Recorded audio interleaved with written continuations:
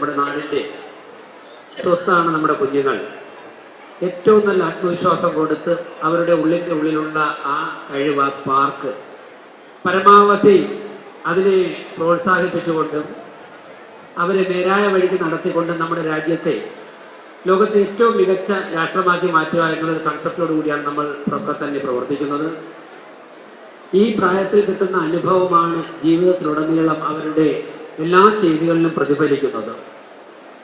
Thiruvananthapuram corporation ഭരണസമിതി കുഞ്ഞുങ്ങളെക്കുറിച്ച് ചർച്ച ചെയ്തപ്പോഴേക്കും ഞങ്ങൾ വളരെ ഗൗരവമായിട്ട് ഈ ആശയങ്ങളൊക്കെ ചർച്ച ചെയ്തു. അതിൻ്റെ അടിസ്ഥാനത്തിൽ ഞങ്ങളൊക്കെ തന്നെ ഗവൺമെൻറ് സ്കൂളിൽ പഠിച്ചവരാണ് പലരും.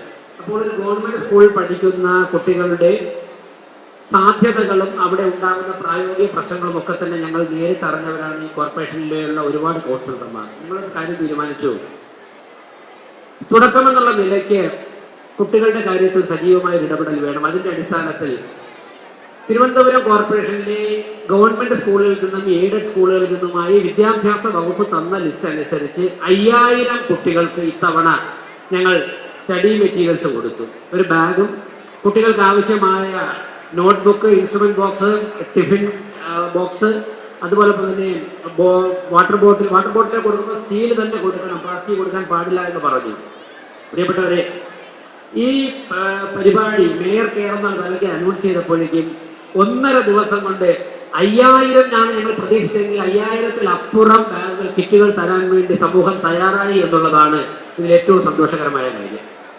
തിരുവനന്തപുരം കോർപ്പറേഷന്റെ ഫണ്ടിൽ നിന്നും 1 രൂപ പോലും ചെലവഴിക്കാതെ സമൂഹത്തിൽ നിന്നും വ്യത്യസ്ത മേഖലകളിൽ നിന്നും സഹായം കിറ്റുകളായി സ്വീകരിച്ചുകൊണ്ടാണ് ഞങ്ങൾ ചെയ്തത്. അടുത്ത വർഷം തിരുവനന്തപുരം കോർപ്പറേഷനുള്ളിലുള്ള മുഴുവൻ സ്കൂളുകളിലെയും കുട്ടികൾക്ക് ഇതുപോലെ ചെയ്തുകൊണ്ട് കുഞ്ഞുങ്ങളുടെ ആത്മവിശ്വാസം, ഞങ്ങൾക്ക് ആവശ്യം വന്നാൽ സംരക്ഷിക്കുവാൻ വേണ്ടി ഒരു ഭരണകൂടമുണ്ട് എന്നുള്ളൊരു കോൺഫിഡൻസ് അവരുടെ ഉള്ളിൽ പ്രതിഫലിപ്പിക്കുക, വളർത്തിയെടുക്കുക എന്നുള്ളതാണ് ഞങ്ങൾ മുന്നോട്ട് വയ്ക്കുന്ന സിസ്റ്റം. തീർച്ചയായിട്ടും സംസ്ഥാന വിദ്യാഭ്യാസ വകുപ്പ്, ബഹുമാനപ്പെട്ട മന്ത്രിയും മുഖ്യമന്ത്രിയും ഒക്കെ തന്നെ ഭരണത്തിലേറെ ദിവസങ്ങൾക്കുള്ളിൽ തന്നെ വളരെ ചിട്ടയോടെ വളരെ ഭംഗിയായിട്ട് ഈ പ്രവേശനോത്സവം നടത്തുവാൻ വേണ്ടിയിട്ട് മുൻകൈയെടുത്തു. ഇത് വളരെ വലിയൊരു തുടക്കമാണ്. നേരത്തെ ബഹുമാനപ്പെട്ട മുഖ്യമന്ത്രി പറഞ്ഞതുപോലെ ലോകത്തിന്റെ വിവിധ ഭാഗങ്ങളിൽ നിന്നും 60 കുട്ടികൾ, വിദ്യാർത്ഥികൾ കേരളത്തിലേക്ക്, തിരുവനന്തപുരത്തേക്ക് എത്തുന്ന നാളുകളായിരിക്കണം നമ്മുടെ സ്വപ്നം.